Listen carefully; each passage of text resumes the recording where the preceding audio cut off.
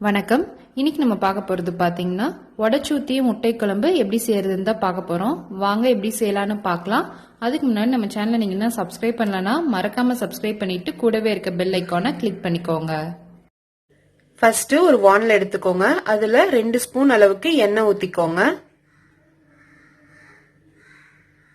எண்ணெய் காஞ்சோன்னு 1/2 ஸ்பூன் சோம்பு, 2 சின்ன துண்டு பட்டை, 2 கிராம்பு, ஒரு அன்னாச்சி பூ, இது எல்லாமே நல்லா பொரிஞ்சோன்னு நம்ம கருவேப்பிலை கொஞ்சம் சேர்த்திக்கலாம். 2 பச்சை மிளகாய் நீட்டமா கட் பண்ணி போட்டுக்கோங்க.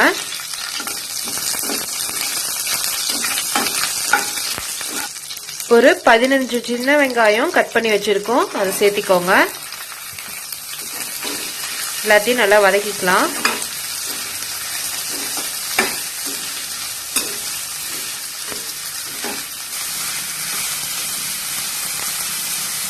வெங்காயம் இந்த அளவுக்கு நல்லா வதங்கினோன்னு 1 ஸ்பூன் இஞ்சி பூண்டு பேஸ்ட் போட்டுக்கலாம்.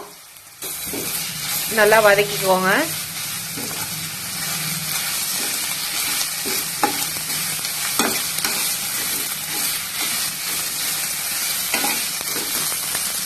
இது மாதிரி நல்லா பச்சை வாசனை எல்லாம் போற அளவுக்கு நல்லா வதக்கினோன்னு 3 தக்காளி கட் பண்ணி வச்சிருக்கோம், அதை சேர்த்திக்கலாம். நல்லா வதக்கிக்கலாம். கூட தேவையான அளவு உப்பு சேர்த்திக்கோங்க.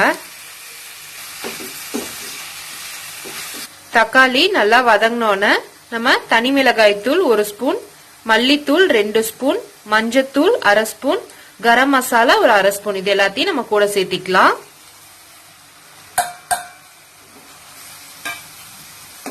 எல்லாத்தையும் நல்லா ஒரு பரட்டிக்கலாம்.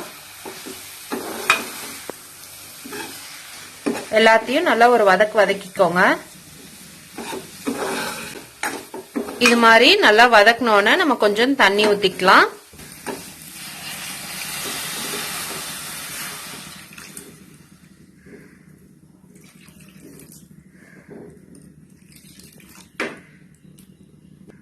மூடி வச்சிடலாம். இது நல்லா கொதிக்கட்டும். எல்லாமே நல்லா கொதிச்சிருச்சு. இப்ப நம்ம ஒரு 1/2 மூடி தேங்காய் நல்லா அரைச்சு வச்சிருக்கோம், அதை சேர்த்திக்கோங்க. கூட தேவையான அளவு தண்ணி சேர்த்திக்கலாம்.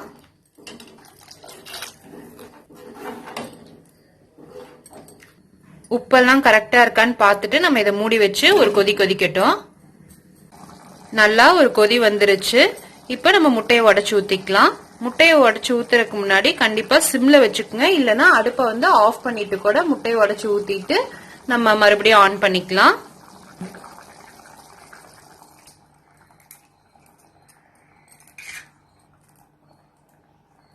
பிரியாம இருக்கிறதுக்கு ஒரே இடத்துல அப்படியே நீட்டா ஊத்தணும், இல்லைன்னா அப்படியே கலந்துரும்.